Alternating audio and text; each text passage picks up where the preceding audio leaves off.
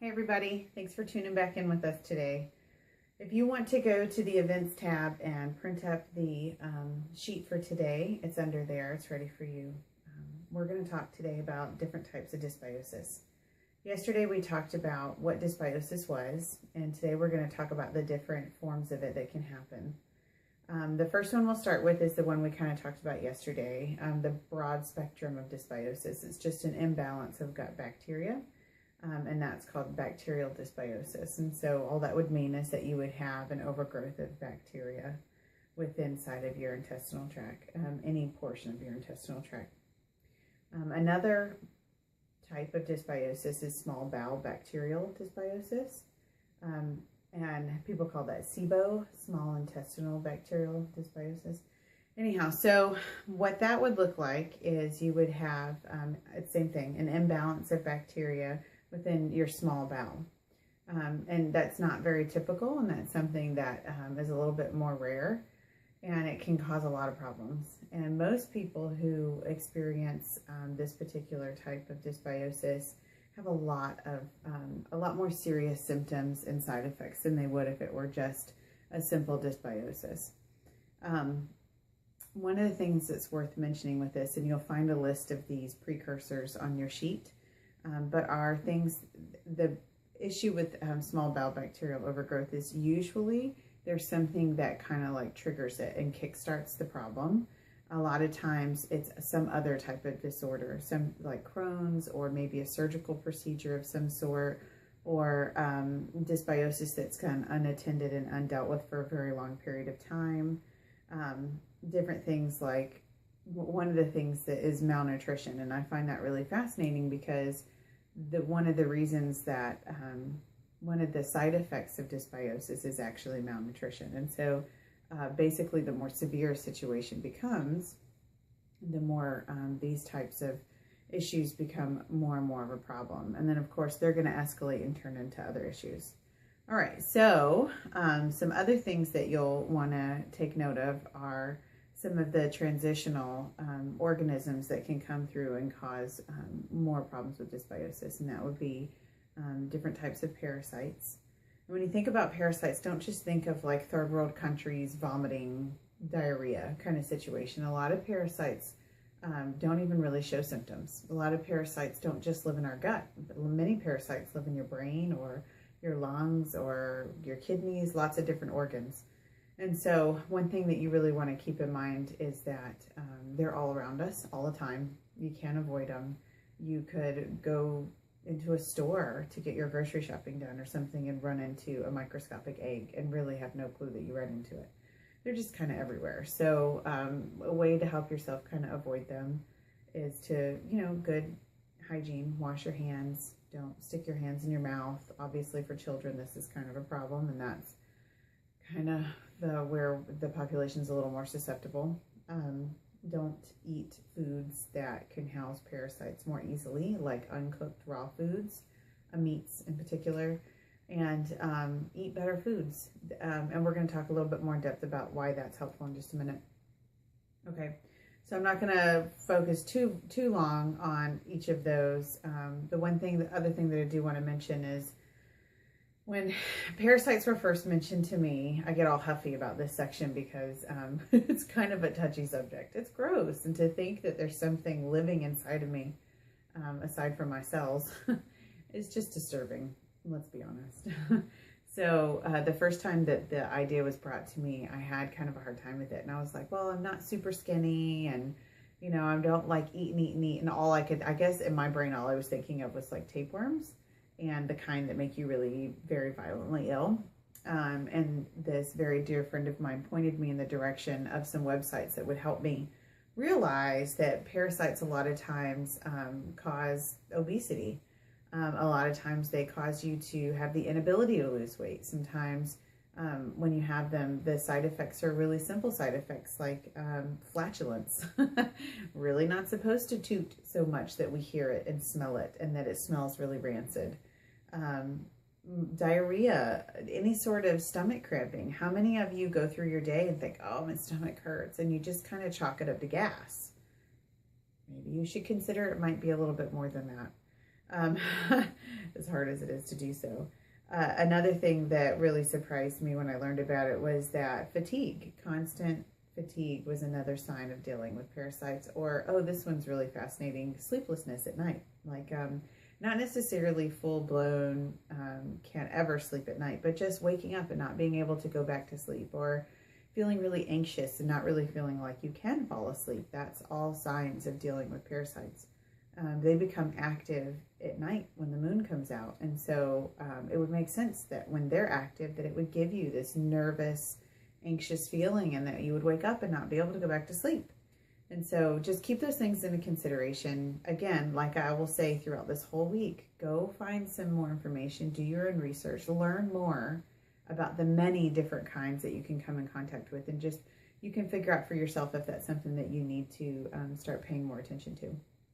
So another transitional organism that we deal with inside of our gut is Candida. Candida is very common, and most people are suffering from Candida and dealing with it. And so you should probably know more about it. The way that I'll start to help you understand this, and I'm not going to spend too much time on this because it could literally turn into an hour-long class or more. But basically, the really important parts to know is Candida is supposed to be in our body.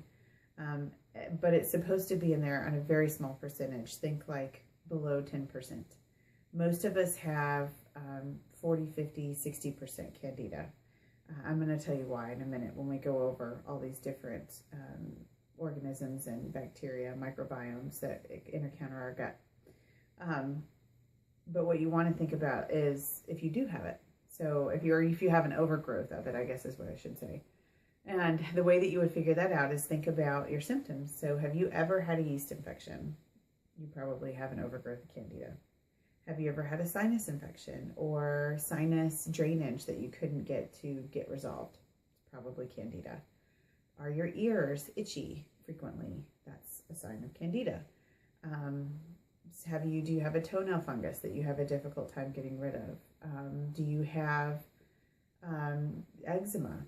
Those are all typical signs of Candida. And so those are things to take into consideration when you're continuing to do more research to figure out if that's something that you really need to start focusing more on. Okay. Some other symptoms that you might be experiencing are really common symptoms of Candida are people who just don't focus well, people who are just kind of scattered and all over the place. And I'm not talking like ADD kind of thing. That's more serious and that's something different. But I mean just people who are just very distracted, people who have a really hard time carrying on one conversation for a long period of time, people who have lots of different things going on and they're just kind of here and then they're there and then they're here and then they're there and they don't really focus well on any of those things. A lot of times that is just simply because of Candida, and starting to get smaller numbers and resolving that issue can literally make you think better. And I can say that from personal experience. Don't get me wrong, I'm in no way clear of Candida. However, I am a lot better than I was, and I do think way more clearly than I ever have before. I don't have brain fog after meals anymore. I'm not tired after meals. I don't have any sort of yeast infections outwardly that I deal with on even a semi-regular basis. And so I'm aware that it's still something I struggle with. It's just not to the degree it was. So anyway, moving forward, I did want to talk about, so those are the different types of dysbiosis that you can encounter. Those are the different types of organisms. And I want to talk just a little bit more about that. So I'm going to do some art. You can join me. So this is your intestinal tract, right? So I'm a good artist, right? So it's not a smooth surface, or it shouldn't be. On a microscopic level, it just kind of looks like this. It should have hills and valleys and dips, and on the surface of this, there should be little teeny tiny cilia that help process and move all of the food that you bring in and helps break it down and separate out the different proteins and get things ready for absorption so that you can be pulling nutrients from your food. That's the whole point of your intestinal tract. So you eat food, you swallow it, and then it goes through your intestinal tract and gets broken down, and the nutrients are pulled from it and put into your system so that they can feed your organs and the rest of your body, right? Right. Well, when you have dysbiosis, there's a break in this, and so that's kind of what I want to talk about. So you take food in, and let's just say you eat food that your body can't process, like some sort of processed meal that isn't very healthy. Let's say that's what you've taken in. Your body goes to eat it, and it has a difficult time breaking it down past what it needs to, and past the fact that it has a hard time breaking it down. Maybe it has a hard time pulling nutrients from it because there really aren't any in there. Maybe a lot of the ingredients are just man-made ingredients, and your body doesn't know how to use them or what to do with them. And so that would probably, over time, would start to get stuck and start filling up these areas. Okay, so you'll start getting a little bit of congestion. And over time, when you're not putting enough good microbes, think probiotics, into your intestinal tract, this will start to build up to a point where it is a smooth surface. Okay, so you can imagine where that would be a bad thing, because all of these little cilia here and all the other things that your intestinal tract have down there that help to break down your food, all of a sudden you can't get to them. And your body can't utilize the food that you're taking in. And now all of a sudden you just have this waste that, number one, you can't get out. And then number two, sometimes it just goes straight through. So then nothing's being pulled from it. And you can see where over time that can start to make people pretty sick. So the one thing that I really want to focus on today, because this could be a very long conversation and we could talk about it more on Facebook. But one thing I want to talk about today are the different types of organisms and microbes that are going to cause problems and be good for you. Okay, so these little light blue guys are going to be our good microbes. All right, so they're kind of supposed to be all and throughout here doing their job in a healthy intestinal tract. So that's a healthy intestinal tract. This is kind of not, right? So in a healthy intestinal tract, you're, like I said, when you're out and about, or even in your own home or whatever, you just come in contact with parasites. It's just natural. So you're going to come in contact with different types of parasites or transitional organisms. And what that means is they come into your microbiome, into your mouth, into your stomach, into your lungs, whatever. And your body is supposed to just kind of kick them straight out. And these are a huge part of that. This surface looking the way it's supposed to and being free and functioning the way it's supposed to will help with that. But when you have this intestinal tract, you have these introductions and they go, oh yeah, everything's real slow moving and it takes a while for things to get through because of the way it is. So they just take up residence. They find great little places where they can start making a home because it's the perfect environment for them. It's probably acidic, which is obviously a good environment for bad things. Not so good of an environment for the good microbes. You'll notice there aren't any of those. Let's give you one or two. But that's really, you know, it's very small numbers. Very, very, very small numbers that will still exist. So we'll go ahead and put that pin away because we won't talk about him much anymore. So you'll bring in your bad pathogens or so different bacteria, different pathogens, viruses and things you encounter, and then different parasites and transitional pathogens. Those guys you'll come in contact with.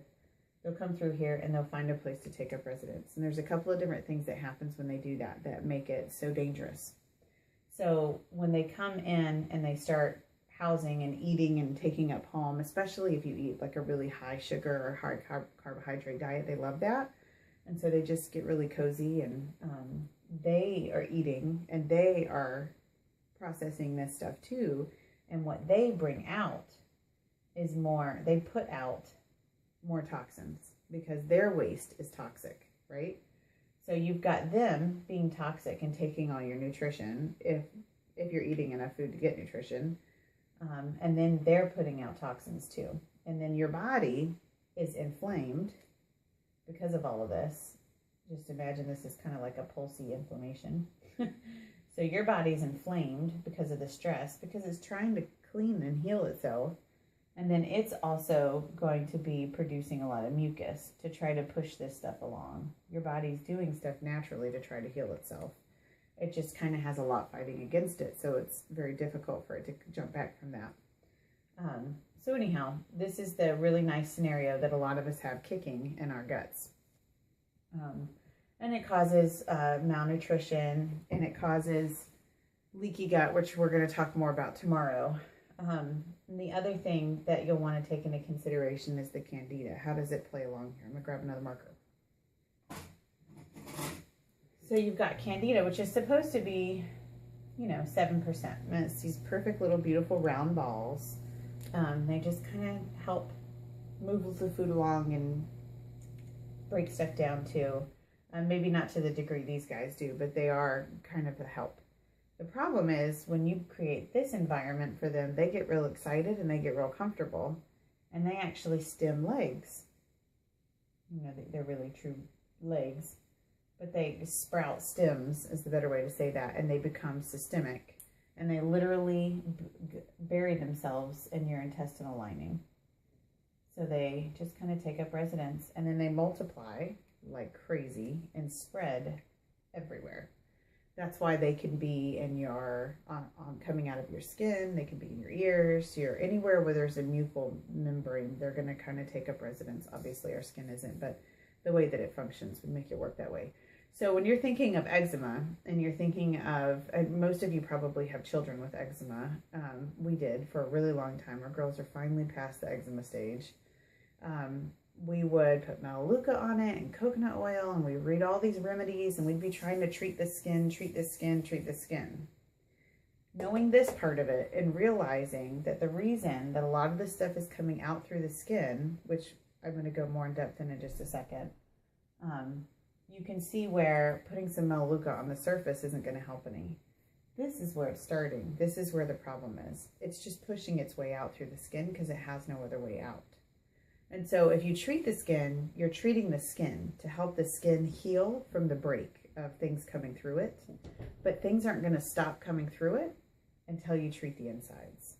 And so really, when you're dealing with eczema, what you want to do is be patient of the skin, treat the skin to help it be more comfortable, but understand that until you start treating this, nothing's going to change here. So to backtrack and help you understand that just a little bit better,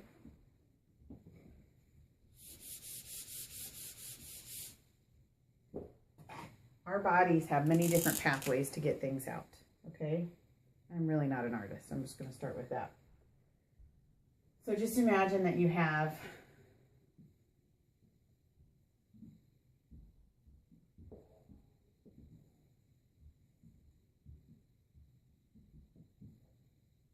all these different ways for things to come out of your body, these different things that help it function.